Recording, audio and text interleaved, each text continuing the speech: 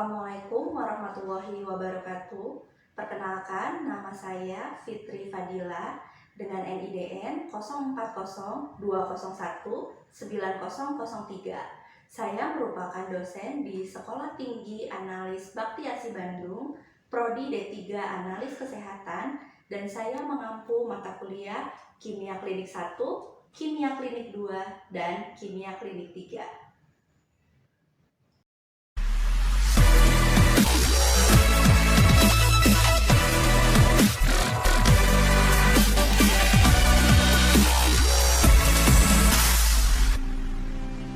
Bismillahirrahmanirrahim.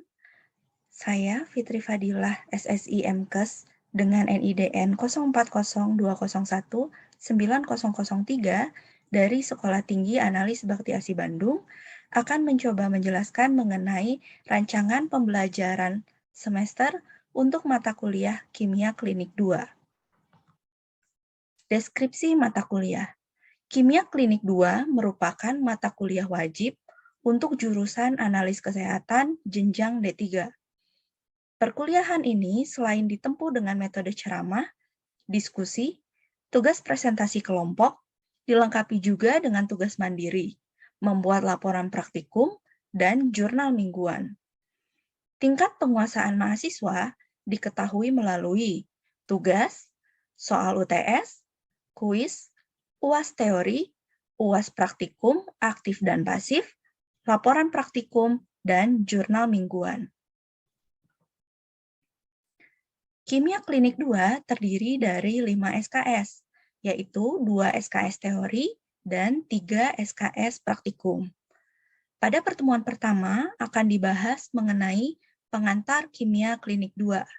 Pertemuan kedua membahas mengenai profil lipid 1, lalu pada pertemuan ketiga akan membahas mengenai profil lipid 2. Profil lipid dibagi menjadi 2 pertemuan karena terdiri dari berbagai subbab materi yang berisi cukup banyak. Nah, lalu pada pertemuan keempat, kita akan membahas mengenai NPN atau non-protein nitrogen. Pada pertemuan kelima akan membahas mengenai ureum, pertemuan keenam kreatinin, pada pertemuan ketujuh asam urat. Pertemuan ke-8 akan membahas mengenai gangguan faal ginjal yang terdiri dari NPN, ureum, kreatinin, dan asam urat. Lalu pertemuan ke-9 akan membahas mengenai enzim dalam kimia klinik. Lalu pada pertemuan ke-10 akan membahas mengenai enzim transaminase yang terdiri dari AST atau aspartat aminotransferase dan ALT, yaitu alanin aminotransferase. Yang pertemuan ke-11 akan membahas mengenai enzim fosfatase dan GGT atau gamma glutamil transpeptidase. Pertemuan 12 akan membahas mengenai LDH atau laktat dehidrogenase, lalu CK atau kreatin kinase, dan amilase. Pada pertemuan ke-13 akan membahas mengenai elektrolit dan gas darah, dan pada pertemuan terakhir akan membahas mengenai gangguan faal hati. Berikut adalah capaian pembelajaran. Diharapkan setelah mahasiswa mengambil perkuliahan atau mengampu perkuliahan Kimia Klinik 2 ini, mahasiswa mampu menunjukkan sikap bertanggung jawab atas pekerjaan di bidang keahliannya secara mandiri. 2. Mampu melakukan pemeriksaan laboratorium medik mulai dari tahap pra-analitik, analitik, sampai dengan pasca analitik di bidang kimia klinik. Yang ketiga, mampu menunjukkan kinerja bermutu dan terukur. Yang keempat, menguasai teori yang terkait dengan pemeriksaan laboratorium medik, mulai dari tahap pra-analitik, analitik, sampai pasca analitik di bidang kimia klinik. Yang terakhir, menunjukkan sikap bertanggung jawab atas pekerjaan di bidang keahliannya secara mandiri. Baik, berikutnya adalah media pembelajaran. Jadi media pembelajaran ini disesuaikan dengan penyampaian teori pembelajaran. Apabila secara daring atau online, menggunakan perangkat lunak berupa Microsoft Office, Microsoft PowerPoint, Zoom, dan WhatsApp Group. Perangkat kelasnya adalah laptop dan headset. Apabila pembelajaran dilaksanakan secara luring atau secara langsung di kelas melalui pertemuan tatap muka, perangkat lunak yang digunakan adalah Microsoft Office, Microsoft PowerPoint, Zoom, lalu perangkat kerasnya laptop, LCD proyektor, dan headset. Berikut adalah metode pembelajaran. Setiap materi akan dilengkapi dengan perkuliahan, studi kasus ya dalam bentuk diskusi kelompok, kuis, tugas, di mana semua metode pembelajaran ini bertujuan untuk meningkatkan kemampuan analisis mahasiswa, meningkatkan kepercayaan diri mahasiswa. Berikut adalah bobot penilaian dari perkuliahan kimia klinik 2. 10% akan diberikan melalui absensi yang dilakukan selama 14 kali pertemuan. Lalu 20% tugas ini didapat dari diskusi kelompok, presentasi kelompok, kuis, dan tugas berupa PowerPoint mahasiswa. Lalu 30%-nya dari nilai ujian tengah semester, 40%-nya dari ujian akhir semester, maka akan didapat 100% nilai kimia klinik 2. Terima kasih atas perhatiannya.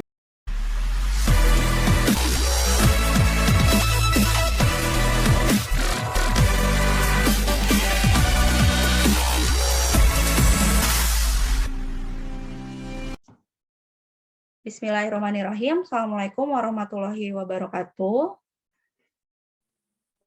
Waalaikumsalam warahmatullahi wabarakatuh. Ya. Selamat siang semuanya. Terima kasih atas kehadirannya pada kuliah hari ini, yaitu kuliah kimia klinik. Sebentar, Ibu share screen dulu ya.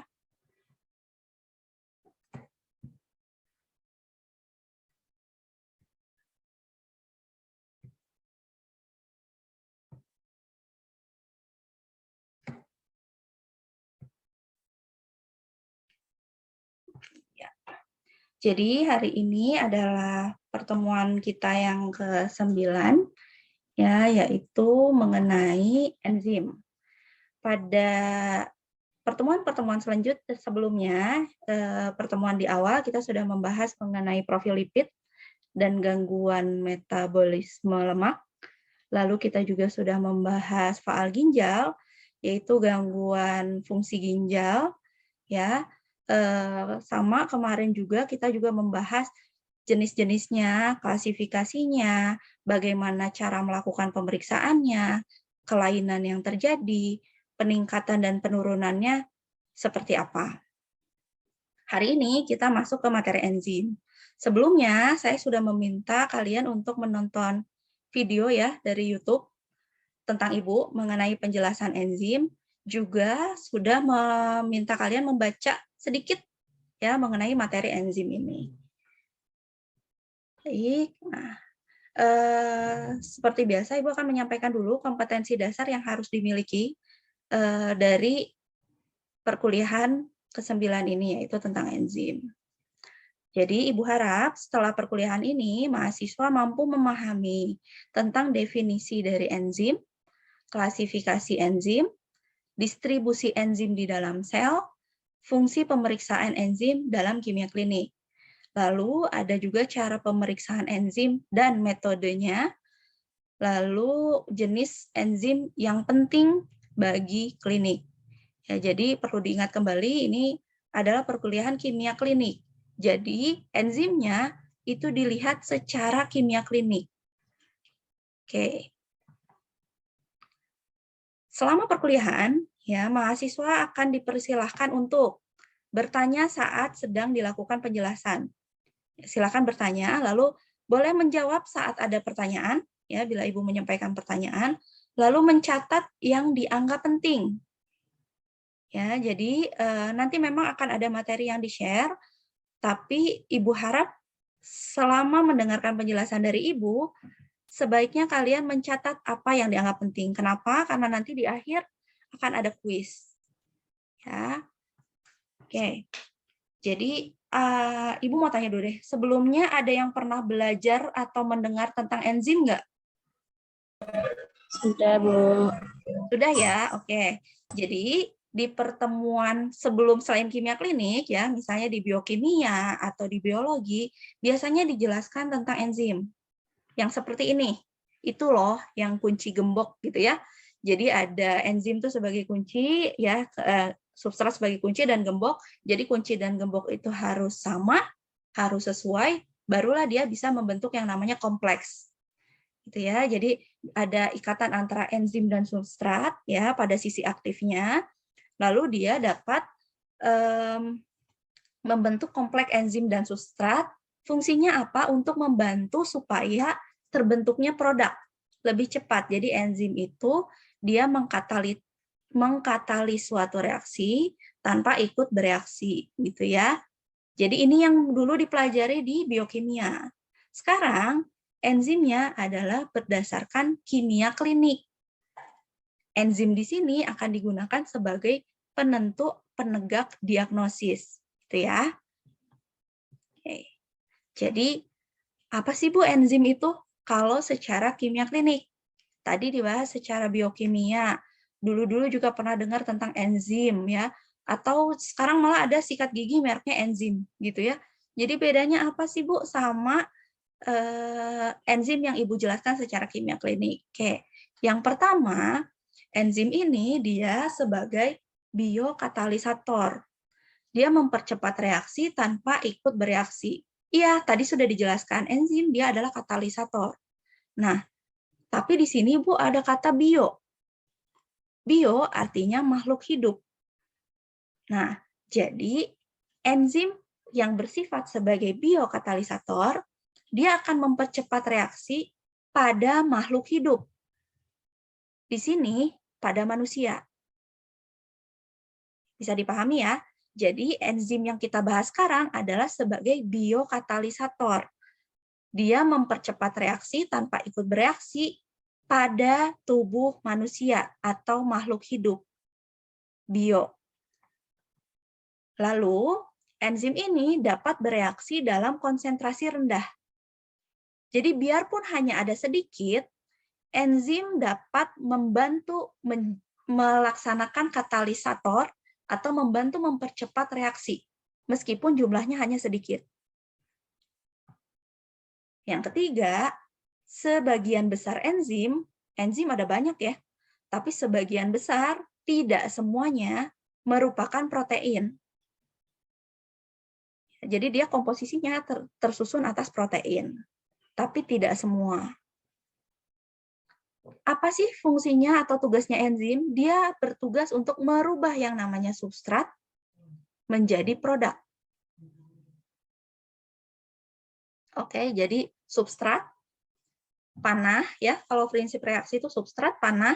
Di atas panah ada enzim, baru menjadi produk. Jadi enzimnya nggak ikut di dalam prinsip reaksi. Dia hanya membantu mempercepat terjadinya suatu reaksi. Enzim ini dia bersifat spesifik terhadap apa yang akan dikatalis. Jadi spesifik dia. Kayak tadi kunci gembok. Hanya yang sesuai yang bisa berikatan. Nah, dapat digunakan secara reversible. Bu, reversible itu apa? Panahnya bisa bolak-balik. Tahu ya kalian yang prinsip reaksi ada yang panahnya ke kanan doang, tapi kalau enzim itu dia bisa reversible. Bisa ke kanan, bisa ke kiri. Jadi dia juga bisa membantu proses reaksi sebaliknya. Dan biasanya berakhiran ase, protease, amilase, gitu ya. Bukan asetamingase ya, tapi bisa amilase, lipase, ya, transferase, transpeptidase, dan lain sebagainya. Oke, ini adalah gambar dari sel. Satu sel yang paling kecil, ya. Jadi di sel ini pasti kalian tahu ya, di dalam sel itu ada yang namanya inti. Yang ini yang warna merah.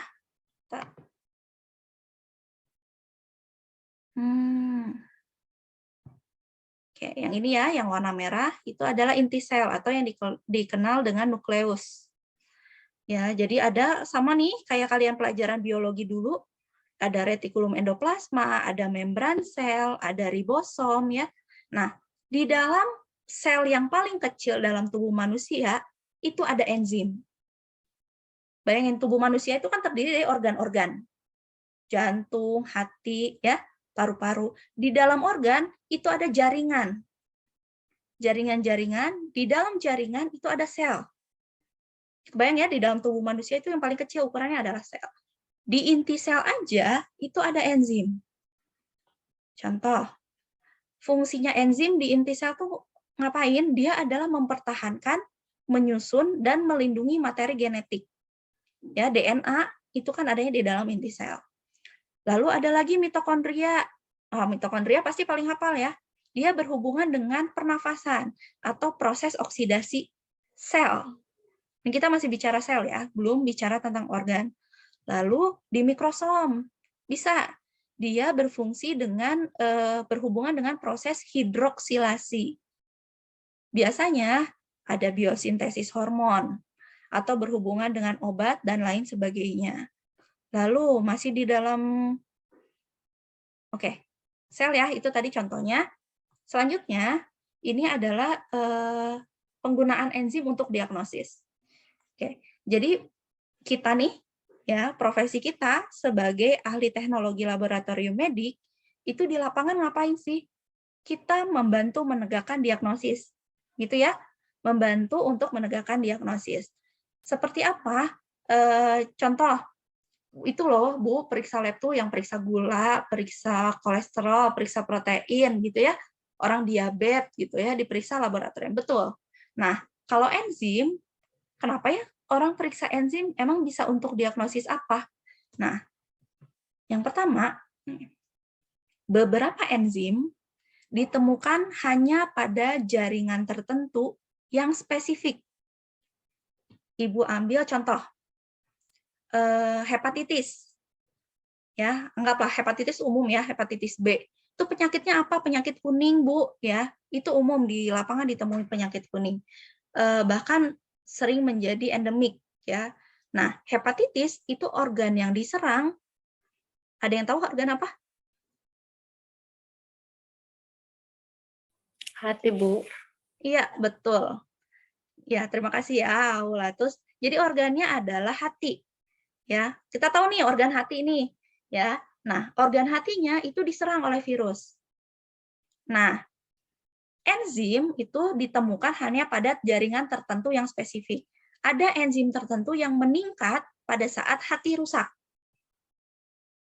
Ya. Lalu, banyak enzim yang meningkat dari berbagai sumber dapat dideteksi pada plasma dan serum. Yang kedua, enzim ini mudah untuk diambil sampelnya. Bisa dari darah, bisa dari serum. Ya, bisa dari plasma. Salah satu syarat suatu pemeriksaan dapat digunakan untuk diagnosis itu mudah diambil sampelnya, urin, ya, feses, dan plasma atau serum. Nah, enzim ini ada di plasma atau serum, dia terdeteksi kalau meningkat atau menurun. Lalu peningkatan enzim spesifik dari suatu jaringan pada darah mengindikasikan kerusakan suatu jaringan.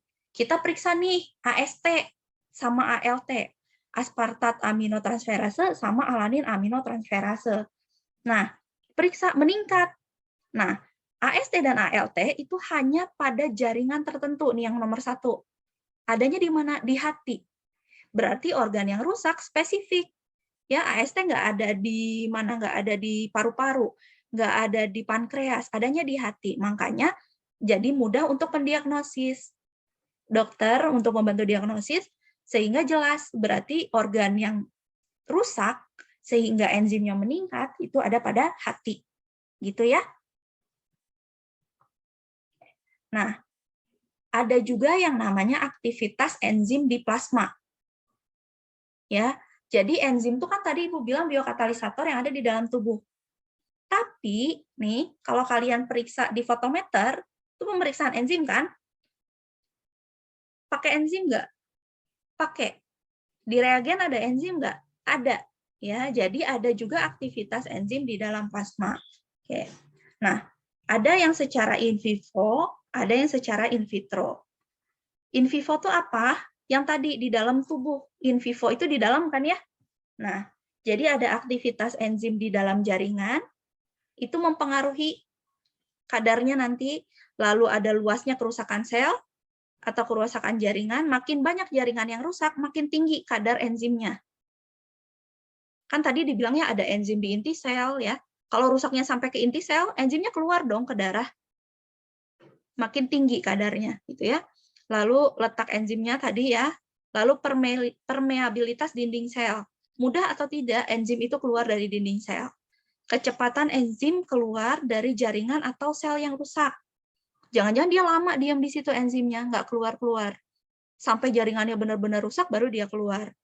Parah, misalnya sirosis gitu ya, hatinya sampai mengeras, membatu, baru kadarnya meningkat. Gitu ya. Atau kecepatan enzim dikeluarkan dari badan dan kecepatan enzim dirombak oleh badan. Ini secara in vivo, yang di dalam tubuh. Ada lagi yang tadi Ibu bilang, secara in vitro. Pas dia ada di reagen, pas dia ada di pemeriksaan. Enzim ini dipengaruhi oleh satu, jenis dan konsentrasi substrat. Substrat yang tadi di awal ya, dia akan bereaksi dengan enzim untuk merubah substrat menjadi produk. Lalu konsentrasi enzim atau koenzimnya, pH-nya, suhunya, dan waktu pengukuran. Jadi enzim itu sangat sensitif. Ya, tahu ya kalian ya, pemeriksaan enzim itu, jadi dia nggak bisa tuh pH-nya berubah. Apalagi suhunya tidak sesuai. Atau waktu pengukurannya lama. Ya, jadi enzim tuh waktu pengukurannya nggak ada yang namanya inkubasi.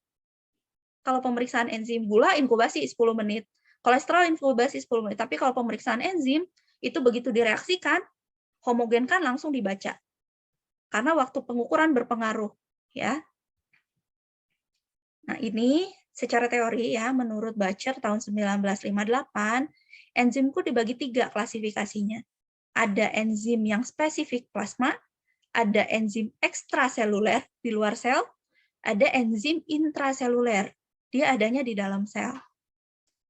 Contohnya ini ya, enzim plasma spesifik itu ada lipoprotein lipase, ada kolin esterase, ada enzim fibrinolisis dan enzim koagulasi. Jelas ya, mereka ada di plasma, membantu fibrinolisis dan koagulasi. Lalu ada enzim ekstraseluler, dia letaknya di luar sel, ada amilase dan ACP ya, acid fosfatase. Lalu ada enzim intraseluler, adanya di dalam sel.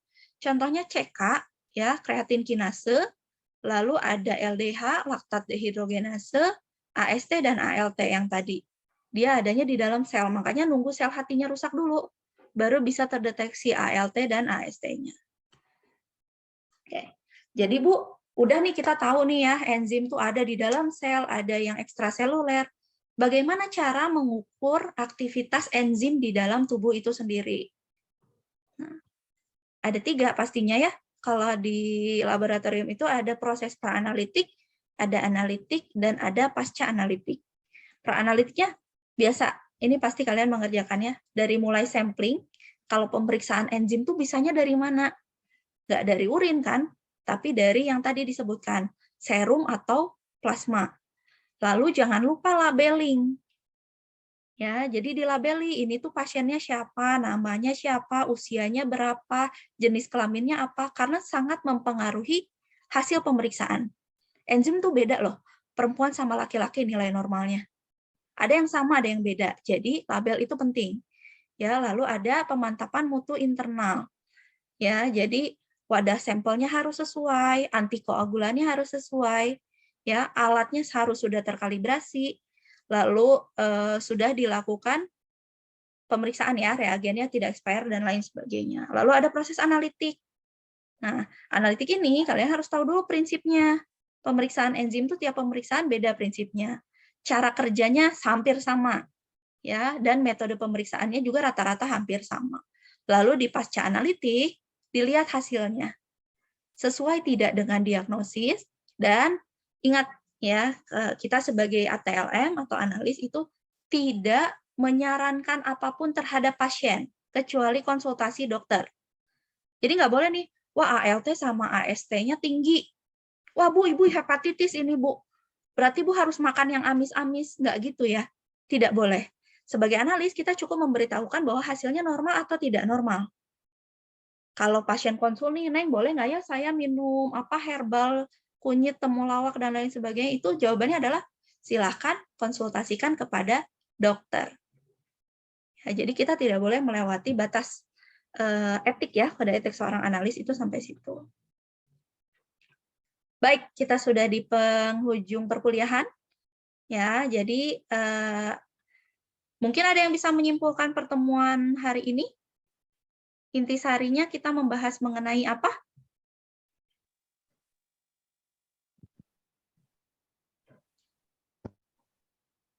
Ya, boleh. Tuh Bagus mau menyimpulkan.